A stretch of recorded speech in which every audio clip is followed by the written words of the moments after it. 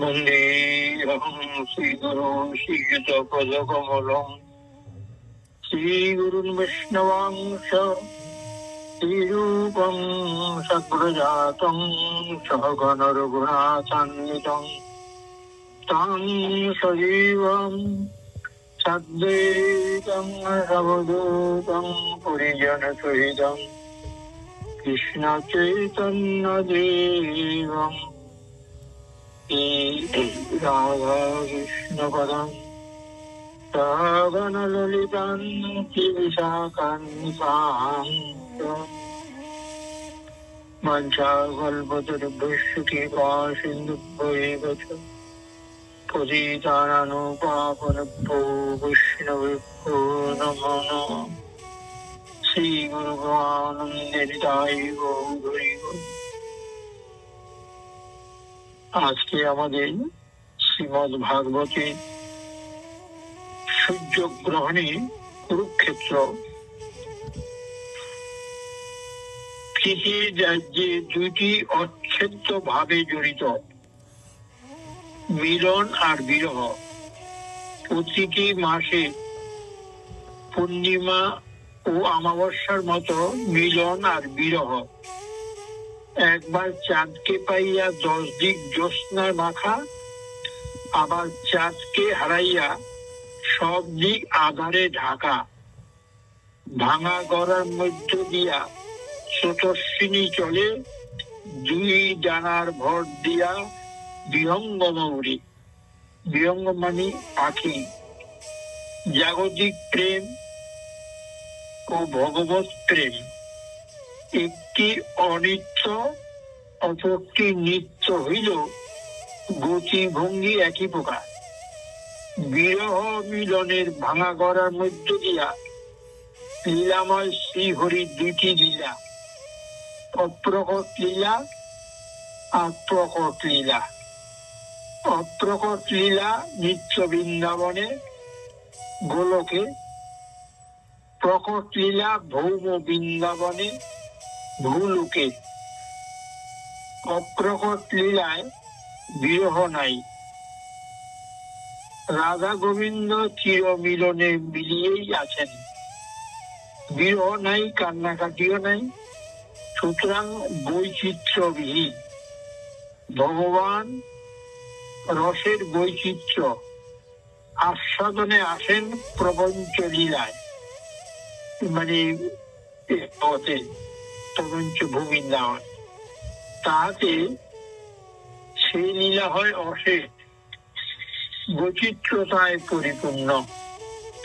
একটু সাধু ভাষা না বললে, তবে যেটা বুঝবে না আমাকে বলবে, আমি আবার বুঝিয়ে দেবো, নাহলে তাড়াতাড়ি শেষ করতে পারবো না। একটু সাধু ভাষা না বললে তাড়াতাড়ি হবে না। শ্রীকৃষ্ণচন্দ্র কংস কারাগারে আবির্ভূত হইয়া সেই ভাদ্রাষ্টমী রজনীতে রাত্রিতেই নন্দালয়ে গমন করেন। তথায় 10 বৎসর 8 মাস কাল লীলা সাগরে সঞ্চরণ করেন, মানে সাঁতার কাটেন। অশেষ বিশেষ রসের চব্বন করেন। বাৎসল্য, সখ্য ও মধু, এই 3 রসের পাথারে হাবুডুবু খাইতে খাইতে আত্মার হইয়া যান।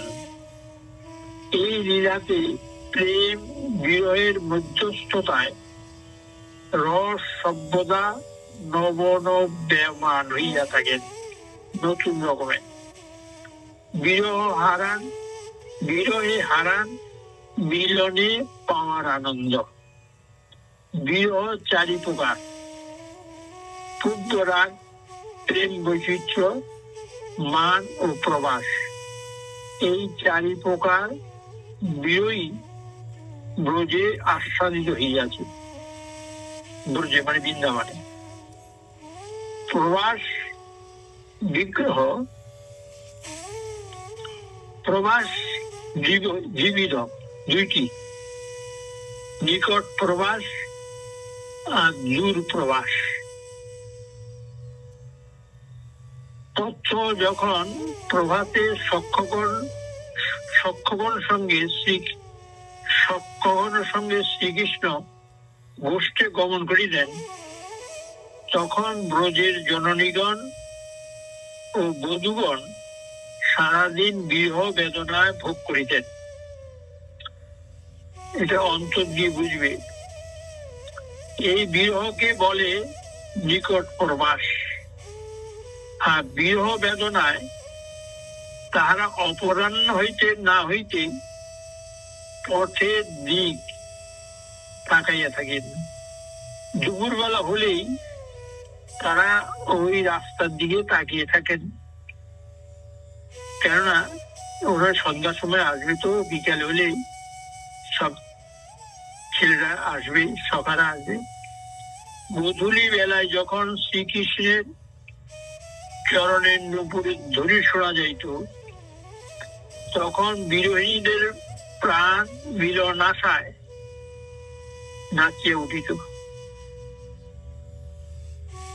মানে শ্রীকৃষ্ণের নুপুর ধ্বনি শুনলেই এই দুপুরের পর থেকেই তাদের কৃষ্ণের দিকে তাকিয়ে থাকতো, কোথায় গোপাল কখন আসবে। তারপর মিলন ঘটিত। চোর প্রবাসের নাম মাথুর বিরহ। মানে মথুরায় চলে গেলে তো মাথুর বিরহ, চোর প্রবাসে। ব্রজের খেলা শেষ হইয়াছে, এইবার শেষ হয়ে গেল, এবার মথুরায় চলে যাচ্ছে। অক্রু কৃষ্ণ বলরামকে লইয়া মথুরায় চলিয়াছেন রথে। অক্রুর বলরামকে নিয়ে এই চলে গেল। 100 বছর পরে আবার দেখা হবে। ওই সুবলের অভিশাপ, 100 বছর তুমি বিরহ থাকবে, যেটা বলছি। অক্রু কৃষ্ণ বলরামকে লইয়া মথুরায় চলিয়াছেন রথে। সমগ্র বৃন্দাবন কাঁদিতেছে। ব্রজের গোপীগণ রথের চক্র টানিয়া ধরিয়াছেন, চাকাদের যেতে দেব না, চাকা বুকের উপর দিয়ে চলে যাও। দেখো এত ভালোবাসত কৃষ্ণকে। সমগ্র বৃন্দাবন কাঁদিতেছে। ব্রজের সখাগণ চক্র ধরিয়া, চাকা ধরিয়া টানিয়া ধরিয়াছেন। কেউ কেউ চক্রের নিচে বুক পাতিয়া দিয়েছেন, তবু রথ চলিয়া গিয়াছে। শ্রীকৃষ্ণ কেবল পুনরায় আসিব, এই একটি মাত্র কথা বলিয়াছেন। প্রিয়জনদের প্রতি সব প্রেমে দৃষ্টিপাত করিয়া চোখের দিকে তাকিয়ে শ্রীকৃষ্ণ ছল ছল করে বলছেন, আমি আবার আসবো, তোমরা কাঁদছো কেন? আমি কালকেই তো আসছি। গোপীগণ চিত্র পুত্রিকার মতো চাইয়া রইলেন। মানে ছবি যেরকম থাকে, সেই রকম চিত্র পুত্তলিকার মতো চাইয়া রইলেন। আর মাঝে মাঝে আর্তনাদ করিয়া উচ্চস্বরে ডাকিতেছেন, হে গোবিন্দ, হে দামোদর। এই হইতে আরম্ভ হইল মাথুর বিরহ। মথুরা হইতে দ্বারকায় আসিয়াছেন। কত মহিষী পানি গ্রহণ করিয়াছেন, কত বিয়ে করেছেন, পানি গ্রহণ করেছেন। কিন্তু ব্রজের বিরাগ্নি অনির্বাণ জ্বলিতেছে। ব্রজের এই বিরহ সব সময় চলছে। কিন্তু দ্বারকার পথে যে উনি কত বিয়ে করলেন। ইয়ার পর বহু বর্ষ পরে ব্রজবাসীগণের সঙ্গে শ্রীকৃষ্ণের মিলন। বহু বছর পর হঠাৎ দৈবক্রমে ঘটনাচক্র। শ্রীকৃষ্ণ যখন দ্বারকায় ছিলেন, তখন ওই পূর্ণগ্রাস সূর্যগ্রহণ।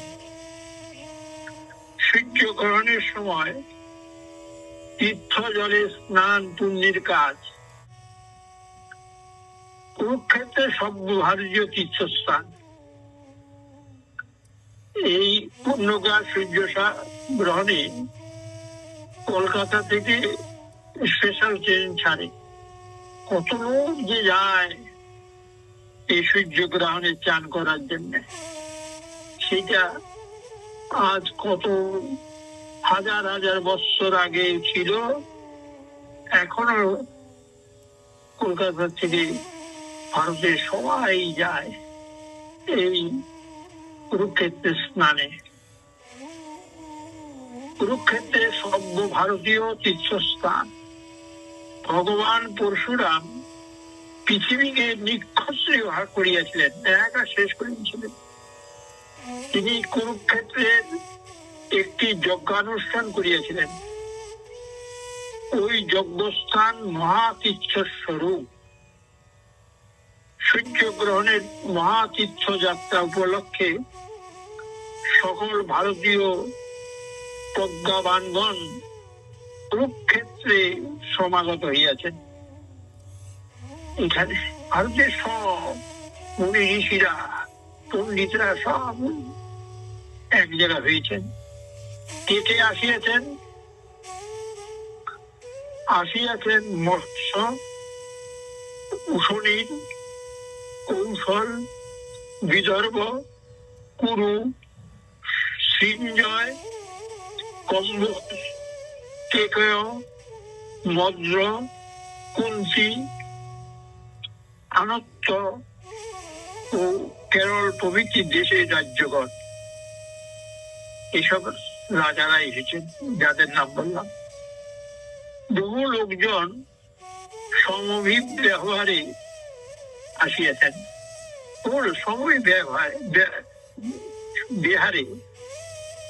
সমভিব্যহারে আসিয়াছেন। যাদবগণও আসিয়াছেন। যাদবগণের মধ্যে কে আসছেন? অক্রূর, বসুদেব, উগ্রসেন, গদ, প্রদ্যুম্ন ও শাম্ব প্রমুখের সাথে। শ্রীকৃষ্ণের ছেলের সাথে এরা সব এসেছেন। সকলে আসিয়াছেন বিমান তুল্য রথে। ওরা বিমানে করে আসছেন, এরা তো রাজা, এরা বিমানে করে আসছেন। সাথে অশ্ব, গজ, পদাতিক সৈন্য প্রভৃতি রাজকীয় ঐশ্বর্য আছে এদের। এরা হাতি, ঘোড়া, পদাতিক সব ভাবে রাজরাজারা যেভাবে যায় সেইভাবে ওরা আসছে কুরুক্ষেত্রের দিকে। অন্য সকলের সঙ্গে যাদবদের কিছু পার্থক্য আছে, মনে রাখবে। অন্য সকলের সঙ্গে যাদবদের কিছু পার্থক্য আছে। কিরকম? অন্য সকলে আসিয়াছেন পুণ্য লাভের জন্য, যাদবরা কিন্তু তাহা নয়। যাদবরা তাহারা তীর্থে আসিয়া উপবাসী থাকিয়া স্নান করিতেছেন, উপবাস করে। সুবর্ণ মাল্য ভূষিত ধেনু দান করিতেছেন। স্নান করে উঠে সোনা, মালা, ধেনু মানে গরু নিয়ে এসেছেন, গরু দান করছেন। আর অন্তরে প্রার্থনা করিতেছেন শ্রীকৃষ্ণ আমাদের ভক্তি হোক, কৃষ্ণের জন্য প্রতি আমাদের ভক্তি হয়। তীর্থস্থানে আর আসিয়াছেন কে? কুরু পাণ্ডবরাও আসিয়াছেন। ভীষ্ম, দ্রোণ, ধৃতরাষ্ট্র, পুত্রগণ সহ গান্ধারী সব ছেলেরা এসেছেন। সস্ত্রীক পাণ্ডবগণ, কুন্তি, সঞ্জয়, বিদুর, কৃপাচার্য, বিরাট, দ্রৌপদ, শল্য, কাশীরাজ ও দমঘোষ প্রভৃতি নৃপগণ, রাজাগণ, এরা সকলে এসছে। আর আসিয়াছেন যোগীগণেরও যিনি দুর্লভ দর্শন, যার বাক্যই বেদ, পদপ্রক্ষলিত জলেই গঙ্গা, সেই পুরাণ পুরুষ শ্রীকৃষ্ণ। এদের সঙ্গে এই এসছেন সবচেয়ে দুর্লভ, যোগীরা যাকে খুঁজে পায় না, ধ্যানেও পায় না। এই দুর্লভ দর্শন, যার বাক্য, যার কথাই বেদ, পদপ্রক্ষালিত জলই গঙ্গা। বিষ্ণু চরণ থেকেই তো জলই গঙ্গা। সেই পুরাণ পুরুষ শ্রীকৃষ্ণ মহিষী বজ্ঞ সহিত আসিয়াছেন দাদা বলদেব বলরাম। সব মহিষীরা এসছেন, শ্রীকৃষ্ণের যত মহিষী, বলরামের মহিষী সব সঙ্গে বলরাম এসছেন। গোপীগণে পরিবৃত হইয়া ব্রজে নন্দরাজও আসিয়াছেন। এবার এরা যাচ্ছেন বৃন্দাবন থেকে। কে আসছেন? গোপীগণের সঙ্গে একসঙ্গে পরিবৃত হয়ে ব্রজের নন্দরাজ। নন্দরাজও আসিয়াছেন যশোদার সহিত। তারা আসিয়াছেন পূর্ণ লাভের আশায় নয়, কৃষ্ণ ভক্তি হোক এই প্রার্থনা জানিতে নয়। কৃষ্ণ ভক্তি হোক আমাদের এটা চায় না। তারা আসিয়েছেন চোখ ভরা জলে, বুক ভরা আশায় লইয়া, যদি ভাগ্যে ঘটিয়া যায় চিত্রক্ষেত্রে শ্যাম সুন্দর চন্দ্র বদন খানি এক ঝলক দর্শন। শ্রীকৃষ্ণকে এক ঝলকে একটু দর্শন করব। ওরা কোনো পুণ্য টুণ্য করতে যাচ্ছে না, ওরা আসছে শ্রীকৃষ্ণকে যদি একটু দেখতে পাই, এই নিয়ে কত আশা নিয়ে ওরা সে পালকি করে, ওরা সে বিমানে করে। কিন্তু ব্রজবাসীরা ওরা সব হাঁটা পথে খালি কাঁদতে কাঁদতে আসছেন। তারা আসছেন চোখ ভরা জলে, বুক ভরা আশা লইয়া, যদি ভাগ্যে ঘটিয়া যায় তীর্থক্ষেত্রে শ্যাম সুন্দরের চন্দ্র বদন খানি এক ঝলক দর্শন। তীর্থস্থানে যে বড় বড় হোক, তীর্থস্থানে যে বড় হোক, পায়ে হাঁটিয়ে আসতে হয়। তীর্থে অবগাহন তো সকলেই করিবে, সকলেই তো চান করবে তীর্থে। যদি সেই কালে কৃষ্ণের একটু দর্শন কপালে ঘটে, তবে সুদীর্ঘ কাল হায় হায় কবে দেখা পাবো কিনা। এই কাঁদতে কাঁদতে তারা আসছে। তারা বলছে হায় রে, হায় কৃষ্ণ, কোথায় কৃষ্ণ। ক্ষুধার্ত নয়নে কিঞ্চিত পানীয় মিলবে, এই ক্ষুধার নয়নে কিঞ্চিত একটু জল মিলবে আমাদের, এই আশা তাদের হৃদয় জোড়া। বিরহের তীব্র তাপ জুড়াইবেন, এই আশা বন্ধ তাদিগকে টানিয়া নিয়েছেন সুদীর্ঘ পথ প্রান্তে। যাওয়ার জন্য আশা লইয়ে তারা সুদীর্ঘ পথ করবে। একদিন একদিন পাবো সেই চন্দ্র বদনের দর্শন। এই ক্ষীণতম আশা তাদিগকে উঠায় বসায়, অশ্রু জলে ভাসায়, মূর্ছিত করিয়া রাখে। আসিয়াছেন বহু দূরের পথ ব্রজ হইতে কুরুক্ষেত্রে। ব্রজমানি বৃন্দাবন হইতে কুরুক্ষেত্রে আসছেন, কত মাইল হেঁটে এসেছেন। মুখ ভরা চোখে জল নিয়ে, খালি পুণ্যের আশা নয়, একটু শ্রীকৃষ্ণকে দর্শন করার জন্য। সূর্যগ্রহণ হইয়া গিয়াছে, গ্রহণটা হয়ে গেছে, স্নান দানাদি হইয়া গিয়াছে, সকলে সোনা গোনা দান টান সব দিয়েছে।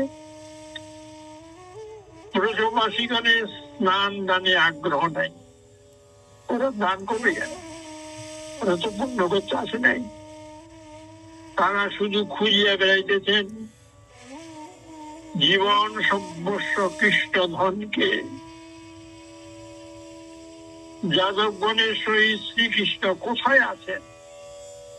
বহু নরনারী ভিড়ের মধ্যে নন্দ মহারাজ কেবল তাহাই অনুসন্ধান দেখতে পাচ্ছে। যাদবগণের মধ্যে কোথায় কৃষ্ণ আছে খুঁজে বেড়াচ্ছে। অনেক অনুসন্ধানের পর খোঁজ পাইলেন। সময় বুঝিয়া শ্রী নন্দ মহারাজ ধীরে ধীরে শ্রীকৃষ্ণের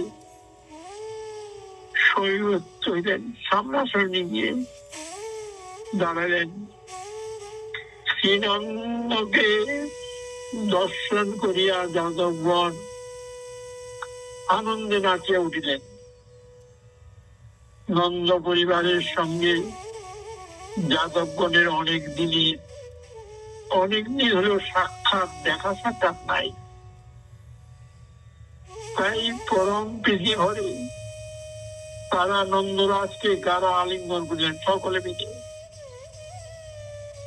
দেখা সাক্ষাৎ নাই তো অনেক নেই, আগে তো রোজই দেখা হতো।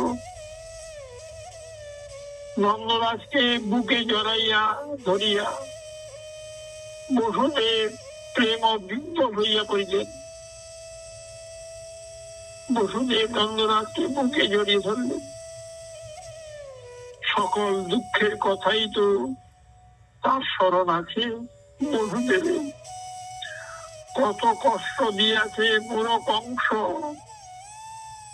সেগুলি মনে পড়ছে। কংস যে কত কষ্ট দিয়েছে, তিনি কেমন করিয়া গভীর রাত্রে পুত্র রত্নকে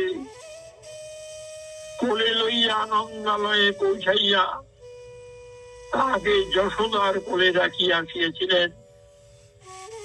সেই দিনে প্রত্যেকটি মুহূর্তের কথা অন্তরে জাগরুক আছে বসুদেব। এই যমুনার উপর দিয়ে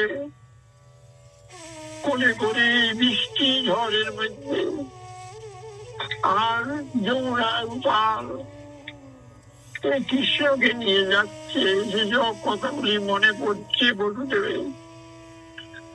নন্দরাজকে আলিঙ্গন করিবার কালে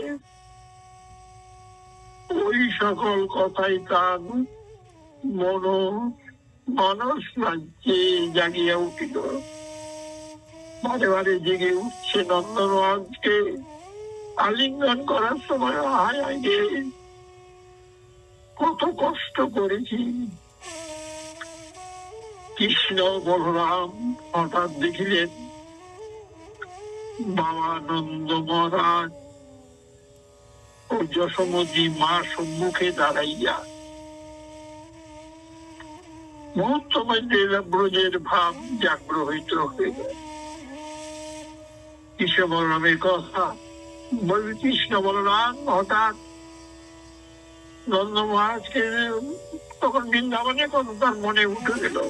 কৃষ্ণ বলরাম দুইজনই একই কালে মা মা বলিতে বলিতে উভয়কে জড়িয়া ধরিলেন। কৃষ্ণ বলরাম মা বাবাকে জড়িয়ে ধরলেন।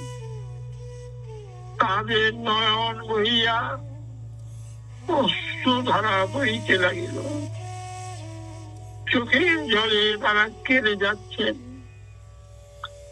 বাবা নন্দরাজ ও যশোমতী মা পুত্রদ্বয়কে নিজ নিকটে বসাইলেন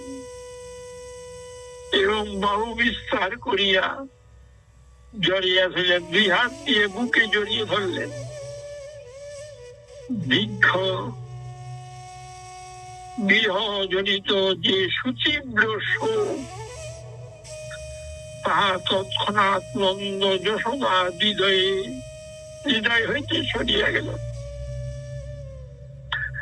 সকলে নয়নে জলধারা, চোখের জলে সব ভেসে যাচ্ছে।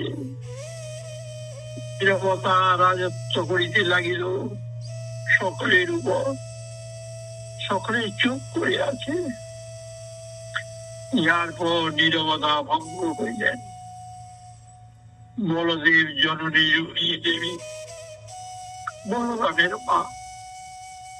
তিনি তৎক্ষণাৎ যশোদা দেবীকে জড়াইয়া ধরিয়া থাকিলেন। রুক্মিণী দেবী কথা বলিলেন, হৃদয়ে কথা বলিলেন অতি কষ্টে,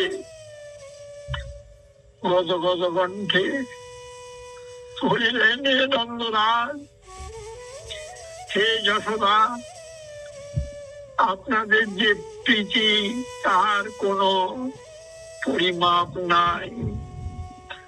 আপনাদের প্রীতির কোটি অংশের এক অংশেরও প্রতিদান হয় না। আপনারা যা করেছেন, আমার ছেলের জন্য, দুই ছেলের জন্য যা করেছেন, নন্দ যশোদা যা করেছে, সেই বলরামের মা বলছে, পৃথিবীর মধ্যে এইরকম ভালোবাসা আমি দেখি না। পিতৃগৃহচ্যুত কৃষ্ণ বলরামের আপনারা যেভাবে রক্ষণাবেক্ষণ করিয়াছেন, তার দৃষ্টান্ত বিশ্বে খুঁজিয়া পাই না। বলরামের মা বলছে, রুক্মিণী দেবী, আপনারা যা আমার ছেলের জন্য যা করেছেন, আমি পৃথিবীর মধ্যে এরকম ভালোবাসা যে কাউকে দেখি না। আত্মপর ভেদ শূন্য পরম সজ্জন ব্যক্তির পক্ষে এইরূপ কার্য সম্ভব।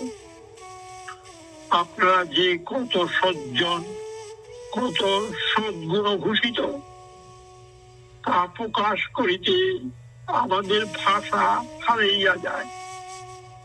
ভাষা দিয়ে বলতে পারি না আপনারা যা করেছেন।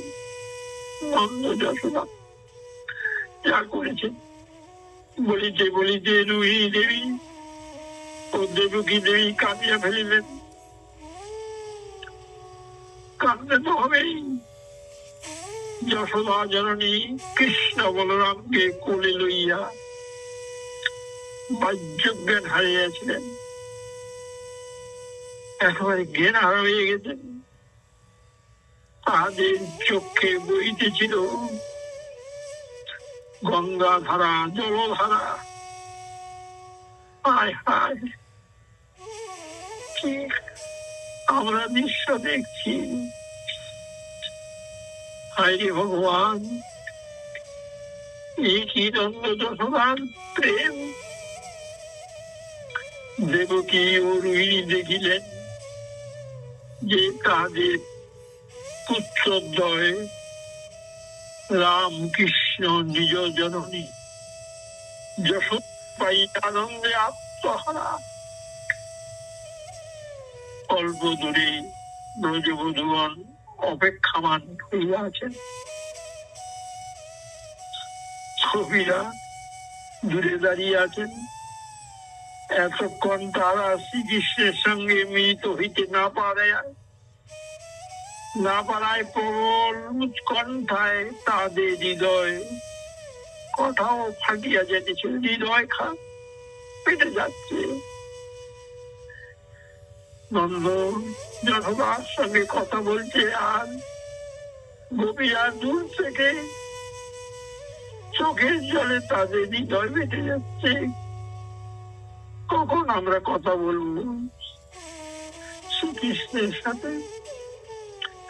মনে হইতেছিল যেন তাদের প্রাণ পাখি এখনই তাদের অন্তঃখাঁচা ছাড়িয়া পলায়ন করিবে, এখনই আমাদের চিত্তার থেকে প্রাণ বেরিয়ে যাবে। এরকম ভাবেই তো কৃষ্ণকে ভালোবাসতে হয়।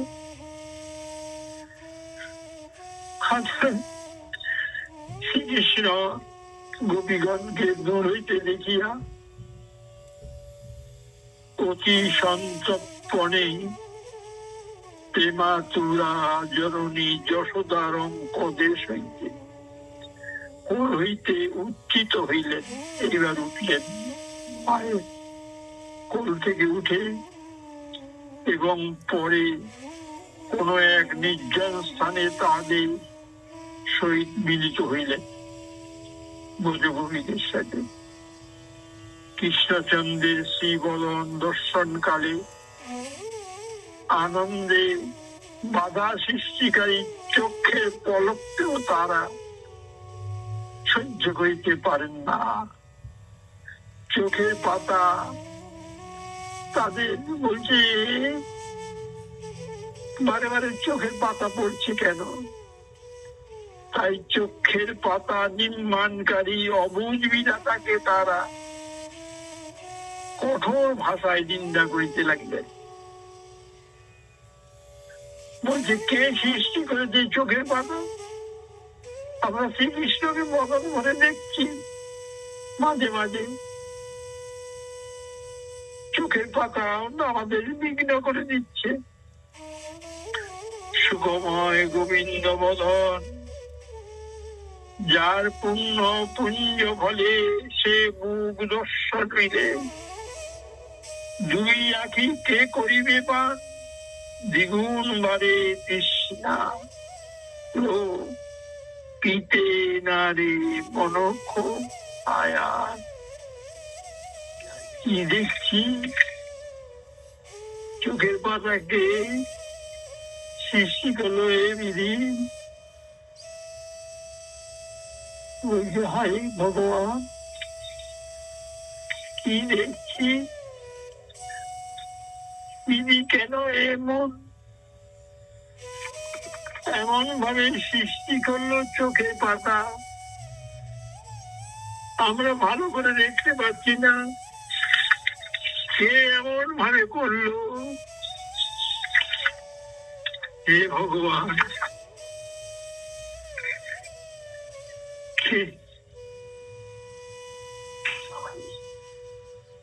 দুঃখে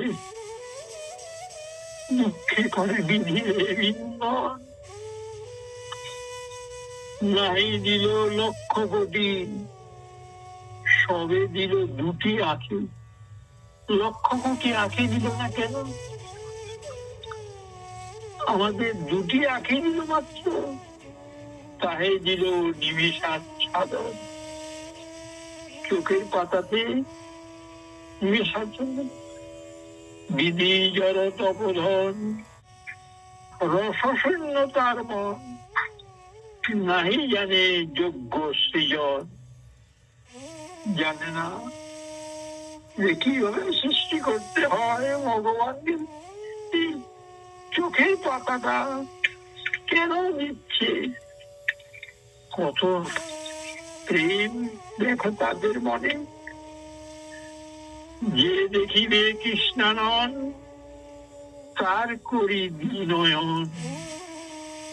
বিধি হইয়া হেন অবিচার, কৃষ্ণকে দেখবো তার জন্য দুটি নয়ন। মোর বড় যদি ধরে কোটি আঁখি তারে করে, তবে জানি যোগ্য সৃষ্টিতা। একই বিধি কে এরকম ভাবে সৃষ্টি করলো? দুটি নয়ন দিল, তার মধ্যে আবার চোখের পাতা। চোখের পলক পড়িতে যে সময়টুকু লাগে, ওই সময়টুকু কৃষ্ণ দর্শন জনিত বিরহ ব্যথাও গোপীগণ সহ্য করিতে পারেন না। এক ক্ষণের বিরহকে এক যুগ বলিয়া মনে করেন। যে গোপীগণ শ্রীকৃষ্ণ তা লিখবে এত দীর্ঘকাল ব্যাপী বিরহ দুঃখের তাপে দগ্ধিত করিয়াছেন, এত বৎসর কাল ধরে আমাদের দুঃখের তাপ জগৎ হচ্ছে। আজ কুরুক্ষেত্রের মাঠে শ্রীকৃষ্ণ দর্শনে গোপীগণ আনন্দে মুচ্ছাদশা প্রাপ্ত হইলেন, অজ্ঞান হয়ে গেলেন। একই সময় অগণিত গোপবধূকে শ্রীকৃষ্ণ দৃঢ় আলিঙ্গন করিলেন। শ্রীকৃষ্ণের আলিঙ্গনে গাঢ়তায় তাহাদের মুচ্ছা দশা দূরীভূত হইল, অজ্ঞান হয়ে গেছিল, আবার জ্ঞান ফিরে গেল। শ্রীকৃষ্ণ বলিলেন, মানুষের সঙ্গে মানুষের সংযোগ, বিয়োগ, বিরহ, মিলন কারো ইচ্ছাধীন নয়। দেখো এটা কত দামি কথা। শ্রীকৃষ্ণ বললেন, মনে রেখো, শ্রীকৃষ্ণ বললেন মানুষের সঙ্গে মানুষের সংযোগ, বিয়োগ, বিরহ, মিলন কারো ইচ্ছাধীন নয়। সর্বত্রই সৃষ্টিকর্তার অদৃষ্ট হস্তের শক্তি ক্রিয়াশীল, কিন্তু সভ্যময় ভগবানের সঙ্গে কারো বিচ্ছেদ হইতে পারে না। এ বলিয়া শ্রীকৃষ্ণ গোপীগণকে জ্ঞান উপদেশ দিতে উদ্যত হইলেন। জ্ঞান দিচ্ছেন, গোপীগণ কোন উত্তর দিলেন না ওনাদের কথা। বিরহ জ্বালায় কিসে নির্বাপিত হইবে, ইহাই তাদের একমাত্র ধ্যানের বিষয়। এই বিরহ জ্বালা কিভাবে মিটবে? গোপীগণ জীবন্বিত হইয়া গেলেন, আধা মরা হয়ে পড়ে আলেন। গোপীগণ স্বয়ং শ্রীকৃষ্ণ আর প্রেমাতুরাদের বেদনার পথে আলোক সম্পাদ করিতে পারলেন না, তাদের বিরহ তুচ্ছ করলেন না। গোপীগণ সজল নেত্রে তাকাইয়া বলিলেন, আমরা সংসার কূপে পতিতা নই। গোপীগণ বলছেন, এখানে ভালো করে শোনো কি বলছে দেখ। গোপীগণ বলছেন, সজল নেত্রে তাকাইয়া বলিলেন, আমরা সংসার কূপে পতিতা নই, কারণ বাল্যবধি আমরা তোমার জন্য সংসার সুখ ত্যাগ করিয়াছি। কত দামি কথা। তবে হ্যাঁ, আমরা তোমার বিরহ রূপ সমুদ্র জলে পতিত। আমরা বিরহের মধ্যে সমুদ্রের জলে পড়ে আছি, আমরা বাঁচিতে চাই না। তুমি ব্রজবাসী সবাইকে বধ করিয়া ফেলো, অথবা ব্রজে আসিয়া সবাইকে বাঁচাও। দেখো কত সুন্দর কথাগুলি বলছে। এই দুইয়ের একটা করো, নয় আমাদের বধ করো, নাহলে ব্রজে আসিয়া আমাদের বাঁচাও। ব্রজে আসতে চাইতো, তুমি কোথায় চলে গেছো? তুমি কালকে আসবে বলে এই দুইয়ের একটা করো। এখানে এখন যে আমরা তোমাকে পাইয়াছি, ইহাতে আমাদের বিরহ তার দূর হইতেছে না। দেখো কত কত দুঃখের কথা বলছে গোপীরা। এখন যে আমরা তোমার সঙ্গে কথা বলছি, তোমরাকে পাইয়াছি, ইহাতে আমাদের বিরহ তার দূর হইতেছে না। তোমার যে অন্য প্রকার বেশ, অন্য প্রকার সঙ্গী সাথী, ইহাতে ব্রজের লোকের প্রাণ জুড়ায় না। দেখছো ব্রজবাসীরা কি বলছে? তোমার যে পোশাক পরিচ্ছদ, তোমার যে বন্ধু বান্ধব, এইগুলি আমি কি দেখছি আমরা, এতে আমার প্রাণ জুড়াচ্ছে না। তোমার যে অন্য বেশ, অন্য সঙ্গ, অন্য দেশ, ব্রজজনে কবু নাই ভাই। ব্রজজন এইসব চায় না। আমাদের অবস্থাটি একটি বার বিবেচনা করো। তোমার এই রাজবেশ, এই যদুকুলের আত্মীয় স্বজন পরিবেশিত ভাব, এই কুরুক্ষেত্রের স্থান কিছুই ব্রজবাসীর প্রাণকে স্পর্শ করে না। এতে আমাদের আনন্দ পাচ্ছি না। আমরা ব্রজ ছাড়িতে পারিতেছি না। আমরা ব্রজের থেকে বেরিয়ে যেতে পারছি না। এখন আমাদের উপায় কি তুমি বলো? ব্রজে বংশী নাদ পূর্ণ যমুনা, তোমার ময়ূর পুচ্ছ শোভিত শির, সেই যে বাঁশি বাজাচ্ছ, ময়ূর পুচ্ছ শোভিত শির, মুরলী বদন, মুরলী মনোহর বদন, আমাদের সর্বাধিক আনন্দ বিধায়ক। এগুলি দেখলে আমাদের আনন্দ। এই কি তুমি মুকুট পরে আছো, এই করছো, তোমার বন্ধু বান্ধবরা কি রকম, আমাদের ভালো লাগছে না। হে কৃষ্ণ, তুমি কেমন করে এত আদরের ভূমির কথা একেবারে ভুলিয়ে গেছো? তুমি কি করে ভুলে গেলে যে ব্রজের কথা? বৃন্দাবন, গোবর্ধন, যমুনা, পুলিনবন, সেই কুঞ্জ রাসাদিক লীলা কত রাস করেছ। সেই ব্রজরণ, মাতা পিতা বন্ধুগণ, বড় চিত্র কেমন এ পাশরিলা, এগুলি ছেড়ে তুমি কি করে ওই বিদেশে গিয়ে করে আছো? গোপীগণের পরিবেষ্টিত রাধারানী নয়নে অশ্রু ধারা, খালি কেঁদেই যাচ্ছে রাধারানী।